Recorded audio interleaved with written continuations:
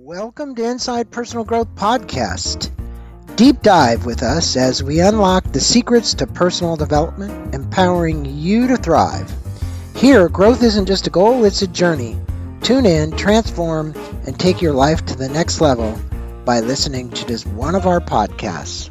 Welcome back to Inside Personal Growth. This is Greg Voisin, and joining me on the other end of the line is Michael Schein. And Michael has a book out called The Hype Handbook. And he said it's actually Michael F. Schein. So we need to get the F in there so that you understand. Also, for all of you who are listening and want to take a look at his website, just go to Michael F. Schein, SCHEIN.com. That's his website. So we're going to direct you all there. Well, good day. Thanks for being on Inside Personal Growth. Thanks, Greg. I can't wait. I've been hearing about your show for a long time. It's exciting. And it's funny about that F, all these years I thought that Schein, spelled the way I spelled it, was a really weird, unusual name. And then it turns out there's another writer who has michaelschein.com. So that was not fun to, find out about. So now Michael F. Schein, that's my name. Michael F. Schein. I mean, it works and people get it. But I think for people that are trying to get what a hype handbook could do, you're the guy that give it to them. And I want to let them know a bit about you first before we get going too deeply into this. He's the author of this book, obviously. This is a book from 2021, but it's applicable anytime just because it's a couple of years old. His articles appeared in Forbes, Fortune, Huffington Post, and Psychology Today. He speaks to international audiences spanning the northeastern United States to the southeastern coast of China. So he covers a lot of territory. As founder and president of a marketing agency called MicroFame Media, he's launched campaigns and created content for companies including eBay, Magento, University of Pennsylvania, Gordon College, University of California, Irvine, United Methodist Publishing House, Recon, LinkedIn, and Citrix. And I think that Recon actually just merged with another company. He also has recently gotten practice with the martial art Wing Chun, giving him yet another similarity with that of Robert Downey Jr. So there you go. And if you want to go to MicroFame Media, we'll put a link to MicroFame Media up there as well, so that people can get to that. But Michael, just kind of getting into this book, in the introduction of the book, you speak about making a career change, and then you ended up working for a company and operating a customer service call center. Probably couldn't be any place better to learn about hype in a customer service call center. But you did not think that you'd end up working there for 8 years when you did, but you did end up working there for 8 years. What did these early years prior to you, writing this book, prior to you developing your media company, teach you about promotion? Interestingly enough, that call center company did start out as a telemarketing company years before I joined. But by the time I joined, it had nothing to do with outbound sales. So I got a little bit unlucky because I had all the grind of working at a call center company, but it was the kind of call center that picks up the phones for large corporations and gives customer service. So I really fell into that. It was the last thing I ever thought I would do. I always wanted to be an artist, which is interesting because I've owned my own business for 11 years and I love it. But I wanted to be a writer, like a novelist, for a really long time. And then from there, I got really interested in songwriting and music. And when I left college, I told my parents that that's what I was going to do. By that point, I had convinced them that I was going to write novels because I was pretty good at writing fiction. And I sprung on them that I was going to play in a band, and they had a connection fit. And but I did that, and I went to New York City and started a band. And we certainly didn't make it in terms of making a living at it. But I probably learned more about promotion there than anywhere than in the call center business, because even though we didn't really make it, we were kind of a punk band and had no business getting as far as we did. We had a residency at a club called Arlene's Grocery, which is funny because at the time we always wanted to play at CBGB's, which was past its prime, because that's where the Ramones and the Talking Heads played. And Arlene's Grocery was a new hip club, and I just went back there. I happened to be in the neighborhood, and it's the only like club that's still in the area. It's on the Lower East Side, which is very fancy now. And I walked in, and the old owner's daughter is working there. And she said that now young people make pilgrimages to Arlene's Grocery because that's where the Strokes played and some of those bands when I was coming up. So we were kind of in that scene, but we played to younger audiences, but we used to sell it out a lot. We had a residency there. We were on TV on a local show that we hyped our way into. And really, we were big fans of glam rock and punk, where it was as much about the antics as it was about the music. So we always did really over the top antics to get our name in the local press, and local press in New York is a big deal because it's New York, and all of that. But I couldn't make a living at it. Eventually the band broke up before it got there, and I just got the first job I could. And I'm a hardworking guy, and I'm not too dumb. So I climbed the ladder there, and I thought it would be a really short thing. But before I knew it, I was an executive at this company that was very brass tacks. And I learned a lot about how to be a professional and how to be an adult and how to be a business person. But what was challenging about it is I did lose that creative part of myself and that writing part of myself. And I eventually wanted to go and do something else. And I actually ended up taking the skills that I had learned with the band and using it to build a freelance copywriting business, which eventually turned into my agency. Yeah, well, MicroFame. And, all of these stories up to this point are really what help to define a person, and what they do in life. I think we're influenced by so many things, people, events, circumstances, that actually do that. And you state that in this guide you wrote, the Hype Handbook to Personal and Career Success, that you will provide the reader with information, insight, and tools for building major buzz around your most cherished project, underline, business, underline, or cause. So we're really speaking to a very broad section here when we talk about hype and where it could be used. You state that it's all about moving minds, grabbing attention, and generating meaningful activity. I'd agree, because look, hey, what is social media trying to do? What is every ad that Google serves up? What is your SEO? What are all these guys talking about all the time? You're trying to get attention and get people to take action. But before we delve into the 12 strategies you outline in the book, who do our listeners have to become, and what must happen to their mindsets to implement what you speak about in the book? In other words, if they want to become an artist of hype, okay, what has to happen to them? Because this whole arena today, Michael, around environmentalism, they call it greenwash, right? It's like, hey, well, it's just hyping that you're green because you make plastic bags a different way or you source them from somewhere. Address what has to happen in this world today to actually embrace some of this.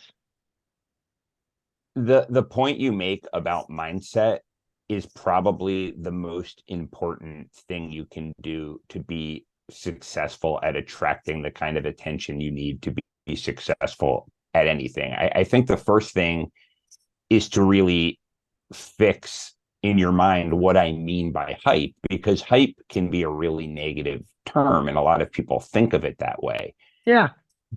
But I consider hype simply any activities that you do that get a large number of people emotional so that you can move them in the direction that you want. And I got that term from hip hop, from rap, because in the world of hip hop, hype has always been a positive because they know in the hip hop community that no one is handing them their success on a platter. There's no climbing the corporate ladder in hip hop. So you need to get very creative in attracting attention to yourself, and you always have.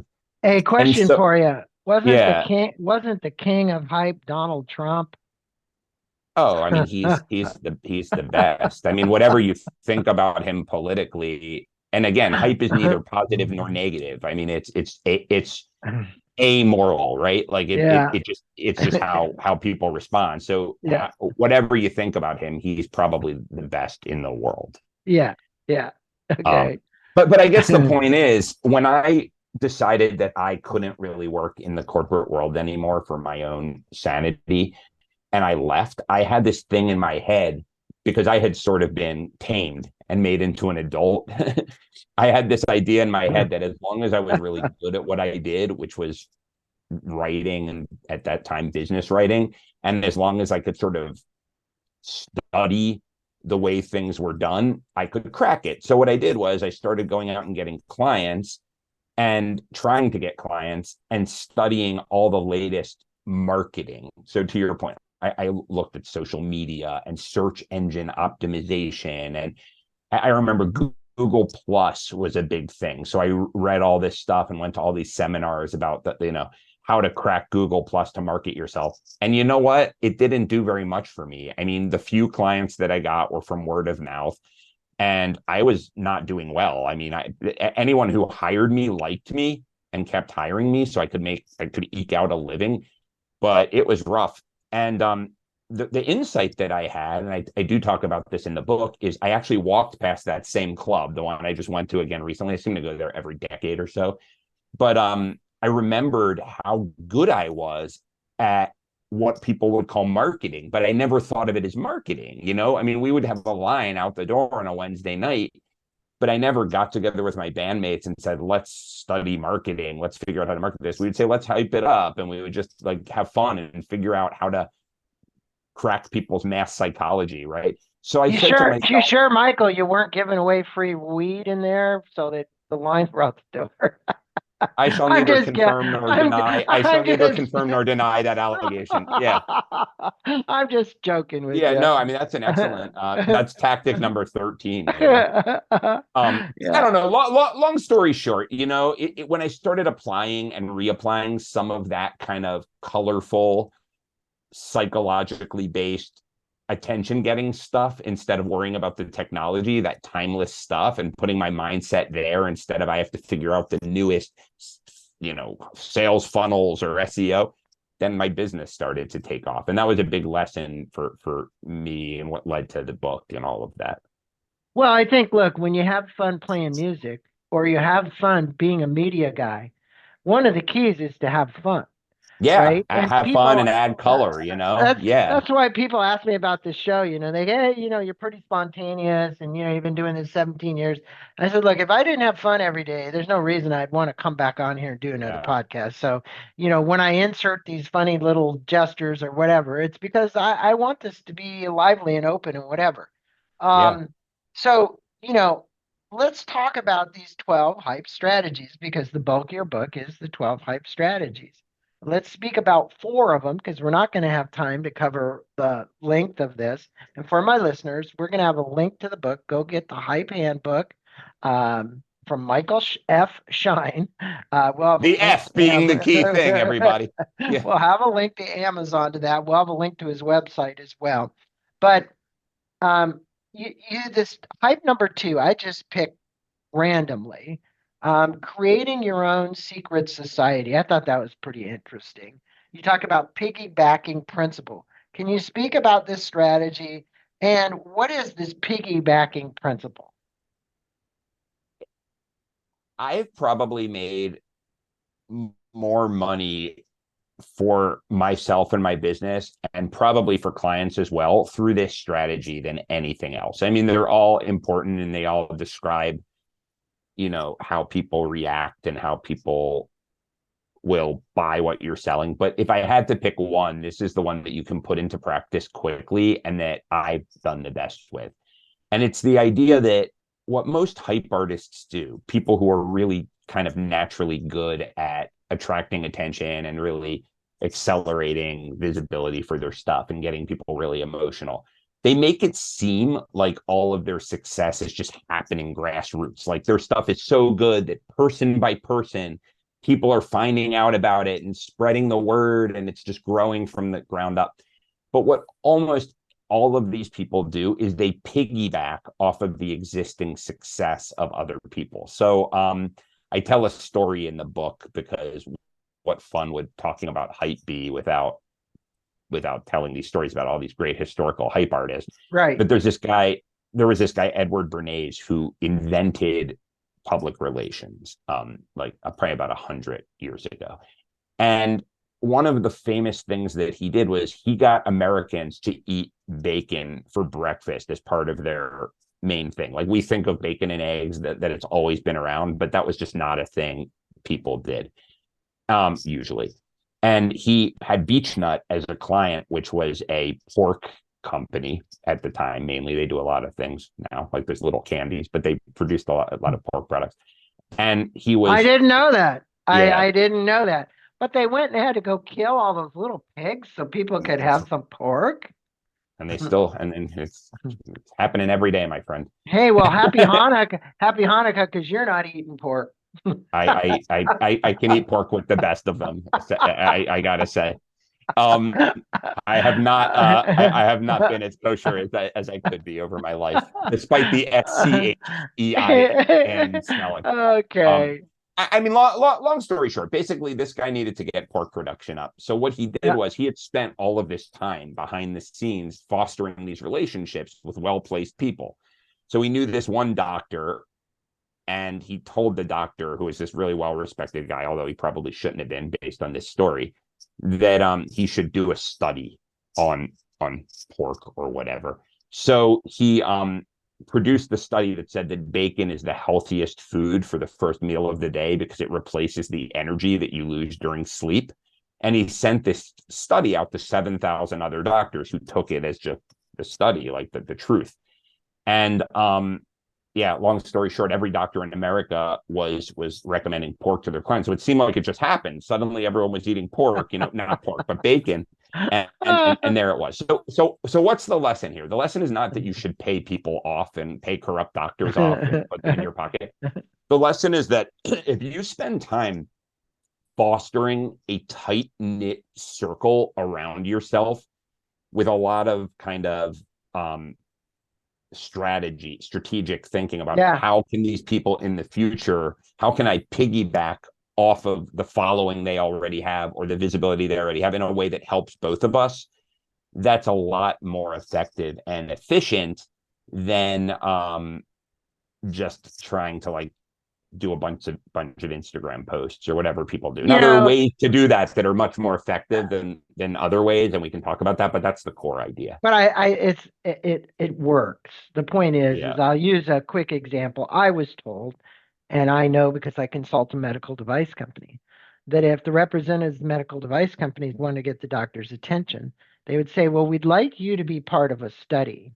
Now, this wasn't they already had the FDA approval, so they didn't need it, but they wanted to build their esteem that they were part of this study.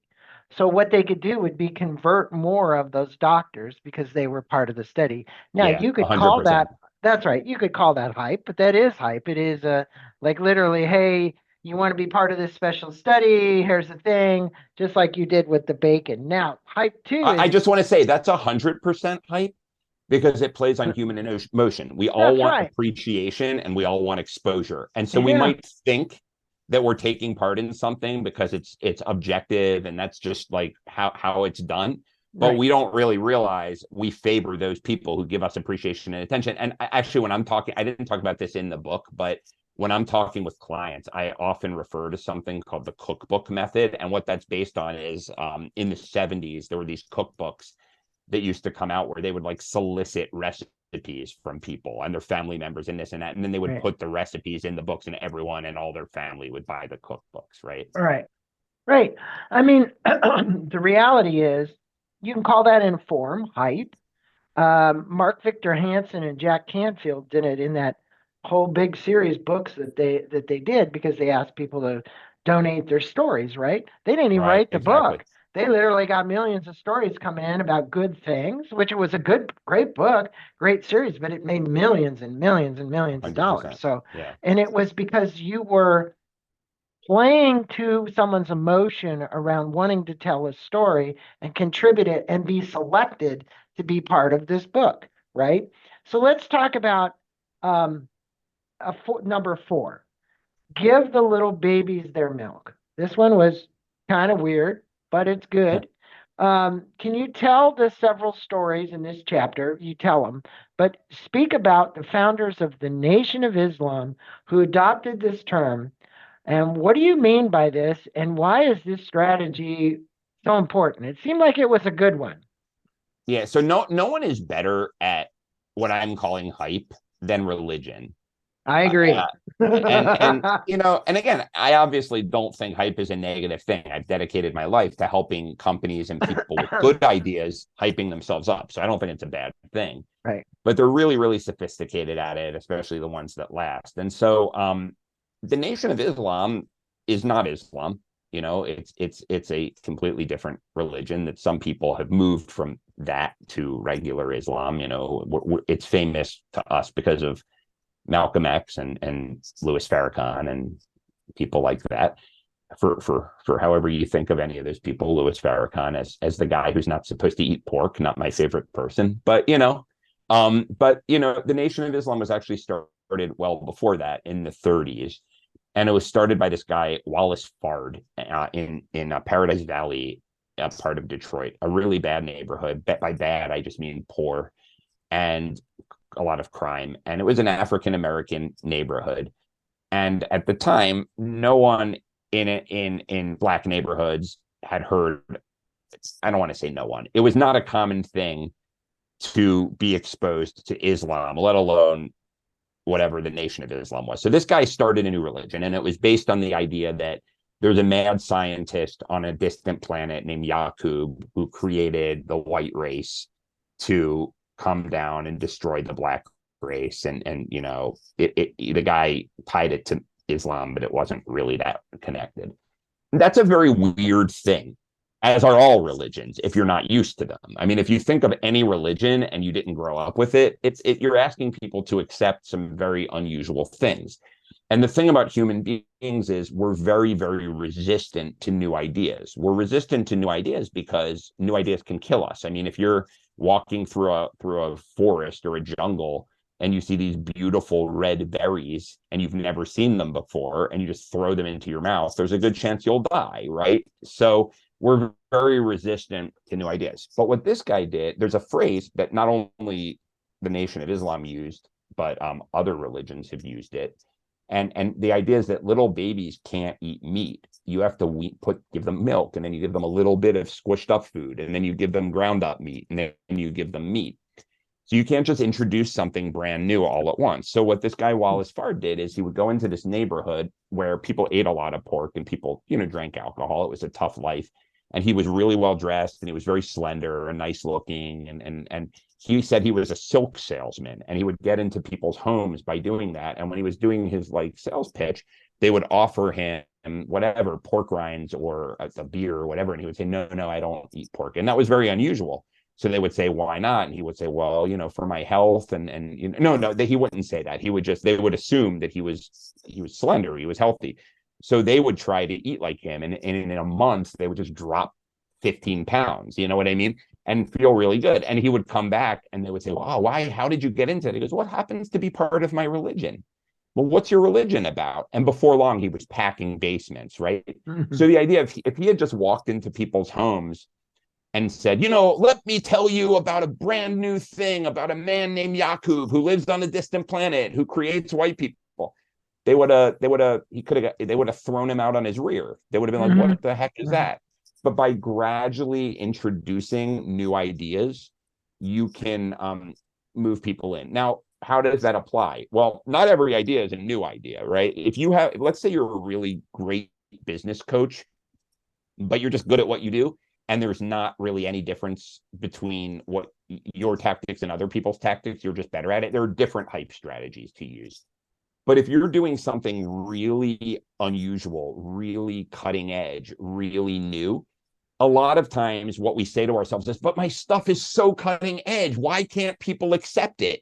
You're missing the point. They can't accept it because it's cutting edge.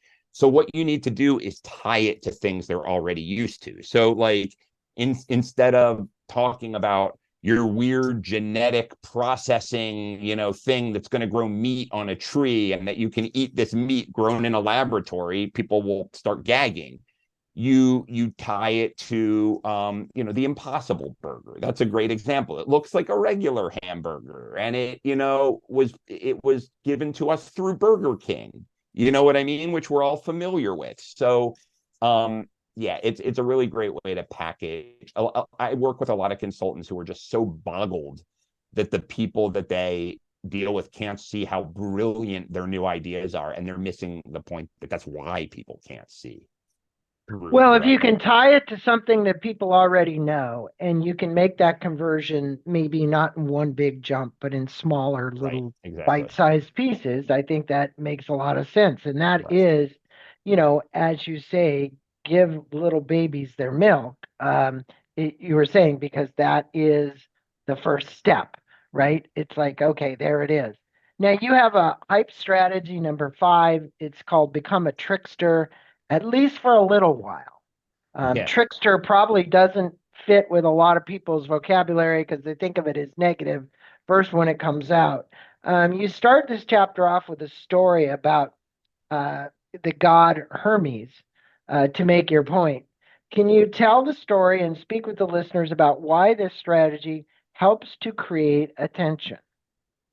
Well, this is where I got to be a little nerdy in the book, and I got to talk about mythology because, a lot of times in the myths of various cultures, they're there for a reason, right? They speak to some human urge or human need, and there's a god, a type of god, in almost every ancient religion, from Hermes in the Greek religion, but Loki, which we all know from the Marvel movies, but that was an actual god in Northern Europe.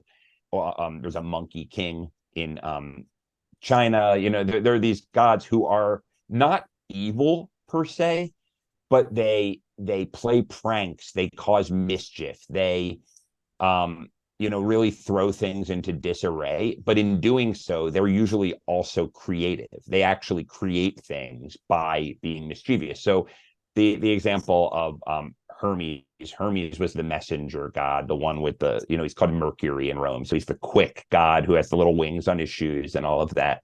Right. But he basically was born as a baby, and gods are really smart from the minute they're born. So he saw Apollo's cattle, and Apollo's cattle was like Apollo's favorite thing. It was his pride and joy. So he stole it. And Apollo found out, and Apollo went crazy. He was like, who is this little rat? I'm gonna kill him. Who's this little shit that stole that? Yeah. He's gonna torture him, whatever gods do to other have an eagle poke out his liver, whatever, right? Peck out his liver. And Hermes was like, hey man, listen, I'm sorry, I shouldn't have done that. Let me do you a favor. I'm gonna help you out. And he took a tortoise shell and he put strings on it, and he created the lyre, which is like the ancestor of the guitar and all of that. And Apollo became the god of music. Hermes got to keep the cattle, And so the idea here is that we often think about being mischievous as like, oh, I can't do that. I run an insurance company. How can I be mischievous, right? Like, how can I do that? That's not the right thing to do, and it's not dignified. But a lot of times being a little bit mischievous at the right times actually makes people have fun, to your earlier point. And as long as you're not hurting anybody, that's how you attract attention. I mean, so, we saw it in advertising. To talk about insurance, there was every insurance company now has one of these little creatures, right? The Aflac duck, this and that. But the way it started, that's how it started. It started with Geico. It would have been unheard of to have an English, British accented lizard doing these ridiculous commercials for insurance. Insurance is serious. It's about when you die. It's about if you get in a car accident. He's a gecko. Right. No one could understand. No one could remember Geico. So they created the gecko, and it worked. I mean, and so sometimes you have to be willing to take these controlled risks and be playful, always knowing when to dial it back. In other words, you don't want to become Dennis Rodman, right? I mean, Dennis Rodman, a lot of people who aren't basketball fans in the 90s knew who Dennis Rodman was because he was very good, but so were a lot of people, but he had bright hair and he did crazy things. But after that, it was time to dial it back and focus on his games, but he just kept going and kept going and kept going. He just became a clown and an idiot, and he destroyed his career. So you have to calibrate between attracting attention and adding color and being a clown, which no Yeah, one well, wants. the news stories every day are filled with people that have used this, if you want to call it trickster kind of approach, and it can backfire, Yeah, very like much you so. just said with Dennis Rodman. So you have to be really careful, but it does warrant you lots of attention to do these kind of things. And if you're trying to get a lot of attention, look, all you got to do is go to social media, and you'll see plenty of people playing out this whole trickster thing on social media. It's not, Yeah. and the reason is because that hype is getting them more attention to either sell whatever it is they have or do whatever it is they have. And I could point to many, and I'm not going to, but I've seen plenty of it. Now let's go to strategy 7, Philip. Find a void and fill it. And I'd like you to speak about these Fox sisters and the birth of spiritualism and how this became one of the biggest new phenomena of the 19th century. You state to put this strategy into practice that we should take stock of changes in the world which are especially disorientating. And what do you mean by this? Because I read the story in the book. I got where you're going with this. And I think we ought to relate it, if we can, to a modern day story. Well, as you'll notice, all of the examples that you brought up from the book, including this one, have nothing to do with traditional marketing or business. And that's by design. It's because the things that business people do to get attention, we've all seen those, but it by only looking at businesses, we follow their herd, right? That's why all of these insurance companies have cartoon characters now, and it doesn't Right. stand out anymore. So the idea is to look at people who came from nowhere and got huge amounts of attention, and this is a great example of that. I'm going to stop you for a second because you keep referring to insurance companies. That are interesting because as I was sitting here thinking, I was thinking about the bad guy brother of Allstate.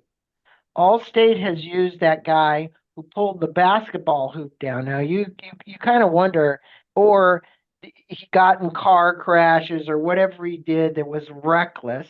And in your prior one, you were talking about the trickster. There couldn't be anybody more trickster Yeah, than that guy on Allstate, right? But he's captured the attention. If everybody remembers, prior to him, there was an African American spokesperson for Allstate, right?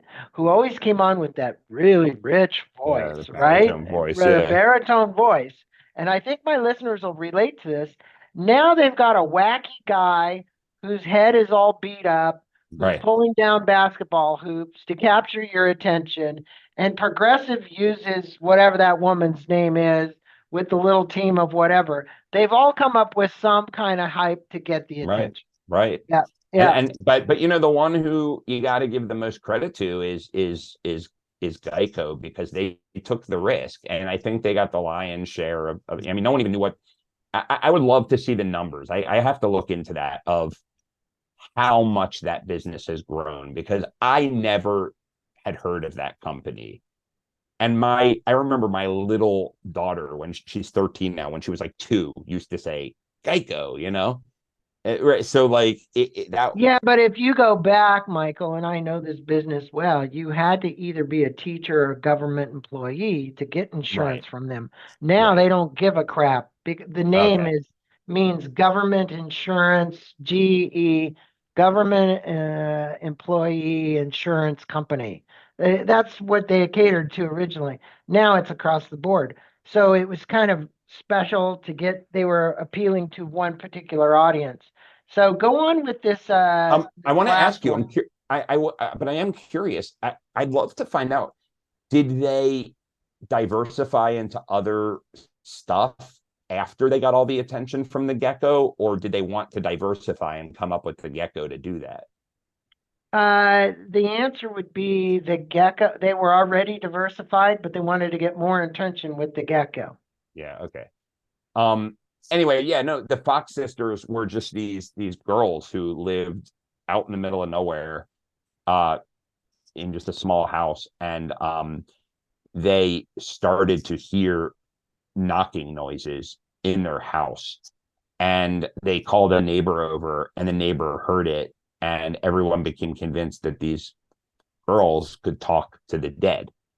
And it became a phenomenon. So we've all heard of seances and how that was a big craze in the past, and it's almost like a joke kind of thing now. But that was a really big thing in the mid to late 1800s. People would gather around, and they would speak to the dead, and this was a very scientific age. We don't think of it that way, but it's when the telegraph came out for the first time, and the trains, the locomotive. But people thought of it as science. They're like, if signals can be sent through the air, why can't spirits of the dead? So it all came from the Fox sisters. It spread like wildfire. They had them up on this big convention hall in Rochester, and tied, bound them so they couldn't, do anything. And the knocking noises came out, and this, that, and the other. So years went by, and one of the sisters eventually was overcome with guilt because she knew it was a hoax. And she actually as a young adult, did a public, expose or whatever. She got up in front of her and said, listen, I was lying. I was cracking my big toe joint against the floorboards, and the sound traveled really quickly. And the funny thing about it is no one cared.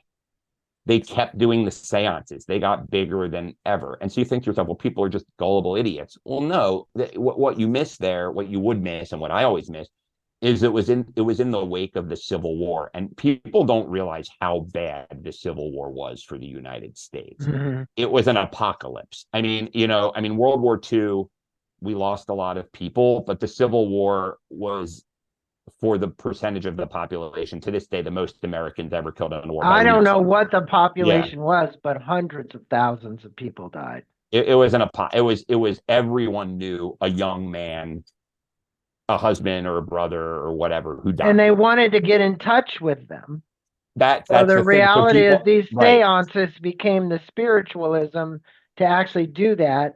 So it didn't really matter. It was around this belief, right? People wanted it so badly. You know what I mean? Because of the time. So what a lot of people do is they come up with a product and they say, my product is awesome. Let me go find a need that's already out there. And they'll just find whatever need, and that's fine. They'll get a little bit of attention. But if you really want to have a massive splash, look at the dominant needs of the culture, right? And that takes a little doing, but if you can do it, it's really effective. So a business example, Tim Ferriss, who a lot of us know, he wrote The 4-Hour Work Week, which is this idea that you can outsource everything in your life and just do stuff you want to do. So like, if you're an entrepreneur, it doesn't matter what business you do. Sell nutraceuticals, whatever, it doesn't really matter. The idea is to just figure out a way to outsource all of your work to India so you can go and be a kickboxing champion like he was, or whatever, and serve and whatever. And if you work for someone, he would say, outsource your work. And that is a message that would not have resonated in the 1950s, because in the 1950s, people felt taken care of by their companies. They got, you could, on one income at a blue collar or mid-level white collar job, buy a very nice house in the suburbs and save lots of money. People felt that they'd be in their jobs forever. They were taken care of, vice versa. There was a sense of loyalty that came from World War II. And what Tim Ferriss, either consciously or unconsciously, tapped into was this idea that you're a sucker if you do that now, because they do massive layoffs all the time. There are a lot of what they call bullshit jobs that just exist, where we're filling up columns on Excel spreadsheets, but are expected to say that we have passion for them, and that we'll dedicate 90 hours a week to them. It's almost impossible to save money. People don't, pay benefits the way they used to. People look for any way they can to make you into a temp employee. And people are really frustrated, especially millennials. So what Tim Ferriss was saying is, listen, I'm going to fill that void for you.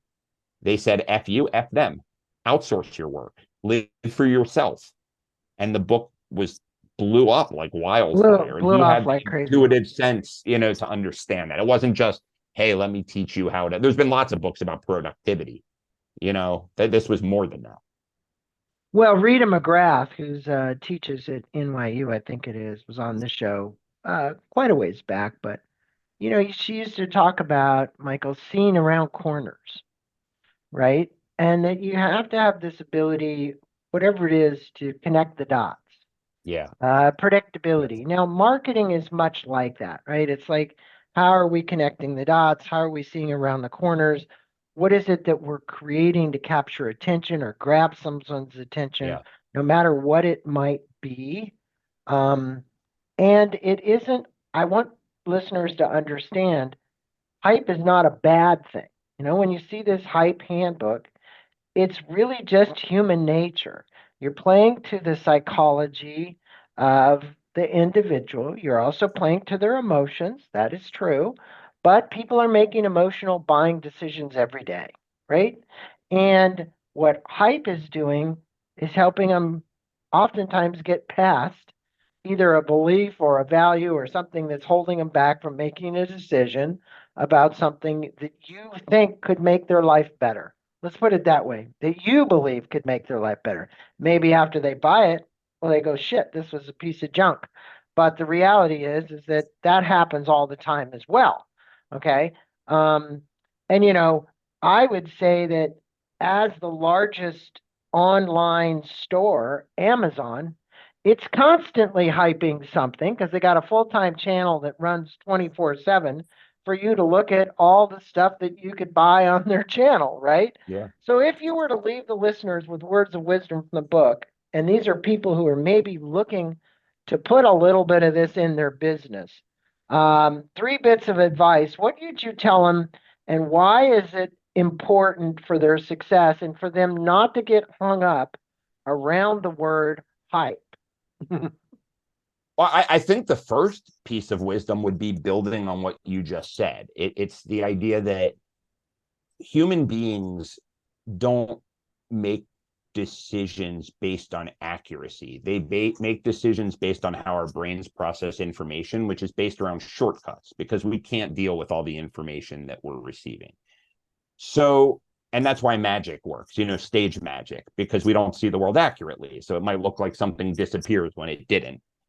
So you can either say to yourself, I don't like that fact of reality, and I'm just going to give people straightforward stuff and let them, deal with it and fail, because you almost certainly will not reach the heights of what you want to get out into the world if you do. Or you can say to yourself, people digest information the way they digest information. I'm selling something really good that makes their life better. I vowed that I'm not going to lie and I'm not going to leave people worse off than I found them. So it's actually my moral imperative to present things in a way that gives people the opportunity to find out about and buy into the great ideas, because the bad guys already know how to do this. So I would say it's beyond not a bad thing that if you actually have a moral framework and if you have this strong internal code, we need more good guys and good ladies out there doing this stuff because the bad guys are doing it already. So that's the first thing. The second thing is experiment, experiment, experiment. There are all these books out there and courses out there that tell you how to do exactly this thing in marketing to get there. It's like put 4 landing pages up, use 9 Instagram posts, and word it exactly like this, and you'll make 7 figures. And yeah, who knows? You can probably learn something from some of this, but the problem is the minute that everyone is doing it, it's usually already too late because you lose the competitive advantage. So what Right. I would say is get really into understanding the core umbrella principles. Like, how do human beings really tick? And then based on that knowledge, do really quick experiments and kill the ones that don't work and ramp up the ones that do. Because the actual way that this hype stuff happens, you never know. It gives you a much better, your rate of success is going to be higher if you're doing marketing experiments based on real psychology rather than just throwing spaghetti against a wall. But you should be doing quick experiments and killing the ones that don't. Because the more you put out there, the more lottery tickets you have.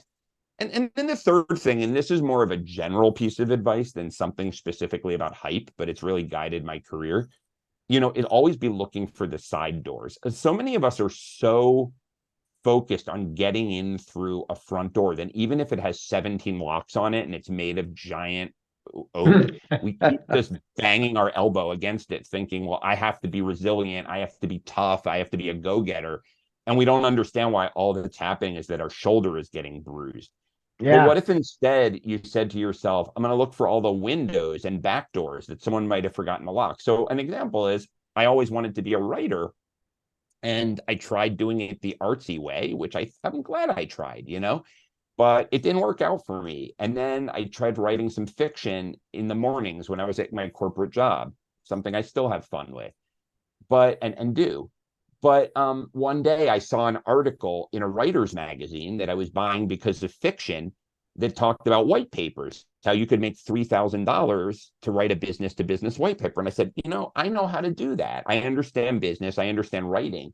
So I started to do that. And by doing that, I from that first step, I've built a career where I get to write for a living. I just wrote a book that I'm very proud of, that uses a lot of what I do in my fiction writing, a lot of storytelling, a lot of that. And as a result, people have been engaged with it. And I get to wake up every day and engage in a life that's based around all my skill sets, all of my interests, that just looks a little different than how I thought it would look. And I think being open to that and looking for those side doors instead of stubbornly slamming against the front door is really useful. It's so important what you say. And I think if people remove the fear or the risk that they think is going to happen to them or their business, at your website, it's microfame, F-A-M-E media.com. You say, we make idea-driven businesses famous. And I think, a lot of times we have ideas, we just don't know how to implement the idea, or we don't Right. know how to get attention around the idea. And you've said that throughout this. So anybody listening right now who wants and owns a business saying, hey, I have a great new idea. Um, you know, I just used a crazy example. I was at my dog park the other day as a guy got out of his car and it said UV caps on his license plate. And I said, what the heck is that? And he said, go to chromecaps.com. I was like, Chrome caps? What the hell's a Chrome cap? And he goes, well, a lot of people who are bald, or a lot of people have thinning hair, or a lot of people, whatever, their head sunburns. I've created this thing that literally you wear and pushes the UV rays off of it. And I'm like, hey, what a great idea, I mean, hey, he said that it has gone crazy, and I give the Great guy idea. credit Yeah. because he actually patented it and everything as we were talking. This is the Hype Handbook. Michael Schein is the guy you want to go. Two websites, microfamemedia.com is one, or you can go to Michael F, as in Frank, Schein.com. What's the F stand for? Do we get it? I can tell you, it's really bad. It's Farley, and I was actually named after a rest stop on the highway, which I found out recently. So we can talk about why that is. I still curse my mother Very for appropriate for the work you're doing to be yeah. named after a rest stop Yeah, on the I love her highway. dearly, but I don't know. I guess my head is really big, and it took 22 hours to come out, and she was mad at me. So I don't know. Well, I'll give a really quick story here and then we'll wrap this up. We were driving to Las Vegas, my wife and myself. I don't remember for what. And she was pregnant. And we heard a story about Chad Everett. And I said, how about Chad for his name? So that's how Really? my second son got named, was Yeah. after Chad Everett. Great So, minds think alike. You should have been in my family. Yeah. so sometimes parents use weird ways because you're coming trying to figure out a name. Oh, great, Yeah. there's that rest stop. I think we're going to name it Farley. You're Yeah. like, The what? Frank S. Farley Service Plaza. I've been to it many times. Well, maybe they should put a plaque there going, the Hype They should. Handbook guy was named after this. They should. Well, Michael, They it's should. been a pleasure having you on Anyone Inside out there, Personal Growth. if you Go ahead. I was just going to say, anyone out there, if you want to write a letter to the Pennsylvania senator to make that happen, that would be really helpful to me. We'll definitely see if we can get that started. And I think there's only one person that can hype it. That would be you. All right, Michael, it's a pleasure having you on Inside Personal Growth. Everyone, go out, get a copy of this book, especially if you got a great idea that you're trying to launch or get off the ground. Contact Michael because he can help you. He's got a whole team of people. He's a writer, a speaker. He's done all this many, many times for many businesses and quite successfully. So thanks for being on Inside Personal Growth and sharing some of your wisdom about how you got where you are and how you're helping others use the Hype Handbook and these 12 success principles to get where they need to go. Thanks so much. Thanks, Greg. This really was a ton of fun. I really appreciate it.